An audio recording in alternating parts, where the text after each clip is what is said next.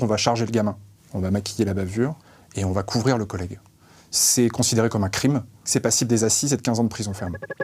Qu'est-ce qui pousse un journaliste de 29 ans à consacrer plus de 2 ans de sa vie à infiltrer les rangs de la police? Partir du principe qu'il n'y a qu'un voyage clandestin dans un commissariat qui peut permettre de voir ce qu'on ne voit jamais. La police fait face à 2 grands tabous. Les violences policières d'un côté, et de l'autre, tout ce qui est lié aux conditions de travail, au mal-être policier de manière générale. Et moi, j'avais simplement envie de montrer, de raconter le quotidien d'un policier dans un quartier populaire. Vous démarrez par l'école de police. Cette formation, elle va durer 12 semaines. C'est quoi qui va vous frapper le plus? C'est le fait qu'en 3 mois seulement, je vais avoir une habilitation pour porter une arme sur la voie publique. Donc marcher dans la rue en uniforme de policier, avec une arme à la ceinture. Et je me dis, waouh, c'est vraiment de la police low cost. Le cours, par exemple, sur les violences conjugales, ça dure 3 heures, c'est à la fin de la scolarité. Et les 3 heures là, ça ressemble un peu à un cours d'anglais de fin d'année, vous voyez. Donc il y a 1 heure théorique, et les 2 heures qui restent, c'est consacré à la projection d'un film. Autre aspect qui montre que cette formation-là, elle était low cost, c'est le 1% environ consacré au code de déontologie. Donc le code de déontologie, c'est ce qui régit les pratiques des policiers et des gendarmes en France. Le 24 novembre 2017, après 3 mois d'études, vous obtenez votre concours d'ADS, adjoint de sécurité. Vous êtes officiellement flic. Qu'est-ce qui se passe dans votre tête à ce moment-là? Ça faisait que 3 mois que j'étais dans la police, mais j'avais tellement peur de me faire griller pendant l'école, que je me suis dit, bon, je vais enfin m'échapper de cette école-là. L'idée, c'était de faire 3 mois d'école, 6 mois de commissariat et fin de l'infiltration. Et en fait, ça a duré bien plus longtemps parce qu'on m'a affecté dans un service qui s'appelle l'infirmerie psychiatrique de la préfecture de police de Paris. Ça a duré 15 mois. Au bout d'1 an environ, je me dis, mais il me reste presque plus de temps à végéter ici. Donc je demande un commissariat dans un quartier populaire. Et je me retrouve dans le 19e arrondissement, c'était mon premier vœu. Est-ce que vous vous sentez prêt? Est-ce que vous savez manier une arme à ce moment-là? Juste avant d'aller au commissariat, je vais sur YouTube pour trouver un tuto qui m'explique comment est-ce qu'on met en service une arme de policier, parce que c'est une chose que j'ai complètement oubliée depuis 15 mois. Elles sont comment ces premières heures? Je suis juste stupéfait, parce que rapidement je vois un policier, donc un de mes nouveaux collègues, qui va frapper un gardé à vue. Le gardé à vue demande à aller aux toilettes, et il se fait frapper. Puis ensuite, je me retrouve devant la porte du commissariat, donc je fais la permanence. Et une femme vient pour déposer une main courante pour des violences conjugales. Son mari l'a menacée de mort. Et le policier qui est avec moi, qui m'accompagne, va dire à cette femme, si ça se reproduit, vous revenez nous voir. Je me dis, wow, dans quel monde j'arrive? J'ai assisté régulièrement à des violences. Elles sont toujours faites à l'encontre de personnes noires, d'origine arabe ou des migrants. Toujours. Des migrants, j'en ai vu plusieurs, 3, 4, se faire conduire dans un fourgon, se faire tabasser dans le fourgon, et puis ensuite on va les relâcher à 4 ou 5 km du lieu où on les a interpellés. Ce qui est le plus frappant, c'est que c'est systématiquement des violences qui sont sous les radars. C'est-à-dire qu'elles n'apparaissent jamais sur les ondes radio des policiers, elles ne sont jamais écrites. Ça se passe toujours dans des moments où les policiers ont un peu les mains libres pour faire ce qu'ils veulent. Donc c'est choquant évidemment de voir ces violences-là. C'est le fait d'une minorité de policiers.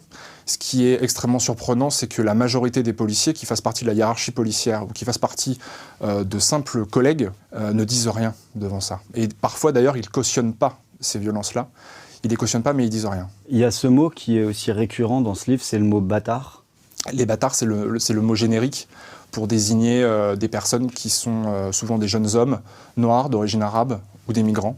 C'est le mot qu'on utilise entre policiers. Ça va aller jusqu'où ces violences? Et un mardi après-midi, on est appelé parce que des jeunes en bas d'un immeuble ont mis du son sur une enceinte amplifiée. On se rend sur place, on demande aux 6 adolescents de couper le son, ce qu'ils font. Ensuite, on va procéder à leur fouille, on va les palper. On était sur le point de partir puisqu'on avait fait cesser l'infraction et le policier est allé voir l'adolescent, lui a dit « il y en a marre de venir pour ces choses-là, vous croyez qu'on a que ça à foutre ?» Et il lui tapote la joue. Donc évidemment, l'adolescent, il est humilié, il est devant ses potes, il va le provoquer, et le policier va le provoquer à son tour et va commencer à frapper. Et puis ensuite, ça va très très vite. Dans la voiture, il a été tabassé, et au commissariat, il a été frappé à nouveau. Le soir même, un policier va rédiger un procès-verbal. Dans le procès-verbal, à aucun moment, le policier n'a frappé, à aucun moment, le policier n'a insulté. Par contre, on va charger le gamin. On va maquiller la bavure, et ça s'appelle un faux en écriture publique. C'est considéré comme un crime, c'est passible des assises et de 15 ans de prison ferme. Les 3 policiers sont auditionnés, donc moi et les 2 autres, et on va couvrir le collègue. On va simplement reprendre les éléments qu'il y a dans le faux PV. Pourquoi vous infiltrez vous allez en arriver à couvrir votre collègue. Pourquoi ? Parce que dans la police, on balance pas. Celui qui balance, ça devient le traître, et du coup, on va le mettre au placard. J'ai tous les éléments pour raconter une bavure. Et puis je me dis, là, en faisant ça, en prenant ce risque-là, c'est que ça permet à terme de pouvoir délier des langues et de pouvoir raconter et pouvoir dénoncer 1000 autres bavures de ce genre-là. Qu'est-ce qui se passe dans votre tête à ce moment-là ?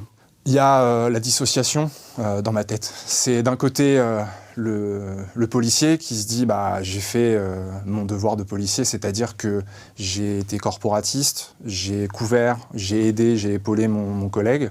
Et de l'autre, il y a le journaliste, il y a le citoyen qui se dit waouh, là dans quoi est-ce que je me mets, dans quel guêpier est-ce que je suis en train de me fourrer.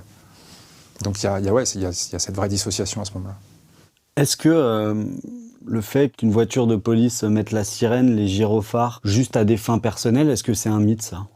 Je peux vous raconter l'anecdote d'un midi, un déjeuner, où un policier qui était dans la voiture voulait impérativement aller manger dans une boulangerie qui se trouve à l'opposé de Paris. Du coup, on a traversé tout Paris, on a fait l'aller avec les gyrophares hurlants et le retour avec les gyrophares hurlants. Et sur la route, les voitures se rangeaient, se garaient sur le côté un peu comme elles pouvaient, juste pour nous laisser passer. Et pour autant, vous cherchez pas à les juger, mais plutôt à les comprendre. Pourquoi ? La police, en 2019, c'est 59 suicides. C'est juste colossal, c'est le deuxième métier en France où il y a le plus de suicides.